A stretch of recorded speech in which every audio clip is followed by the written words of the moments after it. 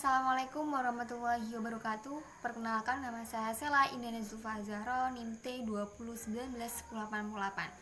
Di sini saya akan menjelaskan materi saya mengenai strategi pembelajaran mata pelajaran akidah akhlak dan masalah pengertian, tujuan beserta macam-macamnya sudah dijelaskan oleh teman saya, yaitu Bilah. Dan di sini saya akan menjelaskan mengenai kriteria dan penerapannya. Oke, membahas kriteria. Dalam pemilihan strategi pembelajaran yang akan digunakan dalam proses pembelajaran harus berorientasi pada tujuan pembelajaran, karena terdapat beberapa metode atau teknik yang bisa digunakan oleh guru, namun tidak semuanya sama efektivitasnya dalam proses atau mencapai tujuan pembelajaran. Di sini ada 4 kriteria pemilihan strategi pembelajaran. Yang pertama, yaitu orientasi strategi pembelajaran pada tugas dan tujuannya. Yang kedua adalah relevan dengan isi. Yang ketiga adalah metode difokuskan pada tujuan yang dicapai. Dan yang terakhir, media pembelajaran yang disampaikan kepada murid-murid harus bisa merangsang terhadap peserta didik. 2 kunci penting peran guru yang berpengaruh dalam peningkatan prestasi peserta didik, yaitu yang pertama adalah jumlah efektif yang digunakan oleh guru.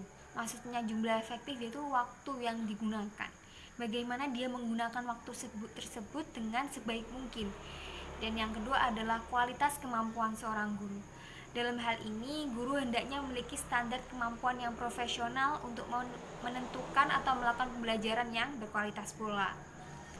Pembelajaran yang kurang memperhatikan perbedaan setiap murid atau setiap individual anak, maka beliau akan sulit untuk mengantarkan anak didiknya ke arah pencapaian dan tujuan pembelajaran. Karena kondisi seperti inilah yang pada umumnya itu terjadi pada pembelajaran konvensional.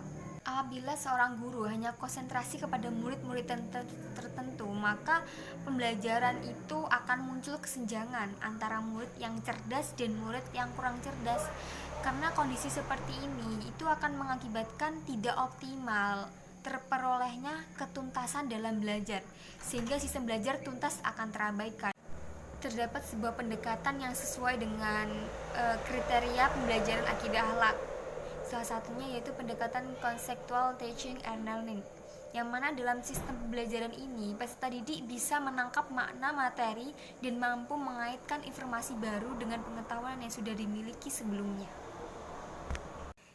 Ini adalah pengertian mengenai contextual teaching and learning, yaitu pendekatan ini adalah suatu pendidikan pembelajaran yang menekankan kepada proses keterlibatan siswa secara penuh untuk dapat menemukan materi yang dipelajari dan untuk menghubungkan dengan situasi kehidupan nyatanya, sehingga mendorong siswa untuk menerapkan dalam kehidupan mereka sehari-hari.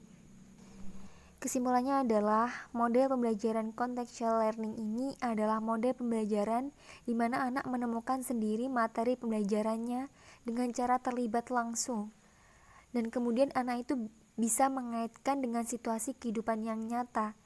Di sini peran guru adalah sebagai fasilitator, bukan pemberi materi secara penuh, sehingga peserta didik bisa menjadi murid yang aktif di kelas. Dengan konsep itu, maka hasil pembelajaran bisa lebih bermakna, dan pendekatan ini itu cocok diterapkan dalam pembelajaran akidah akhlak, karena akidah akhlak itu sebagai mata pelajaran yang aplikatif dan dapat mendorong siswa untuk menghayati sekaligus untuk mengamalkan kaidah-kaidah Islam di kehidupan sehari-harinya.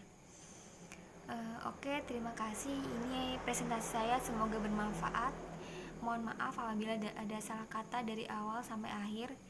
Membuat kita ada dayungnya, walaupun sedikit yang penting banyak manfaatnya. Terima kasih. Wassalamualaikum warahmatullahi wabarakatuh.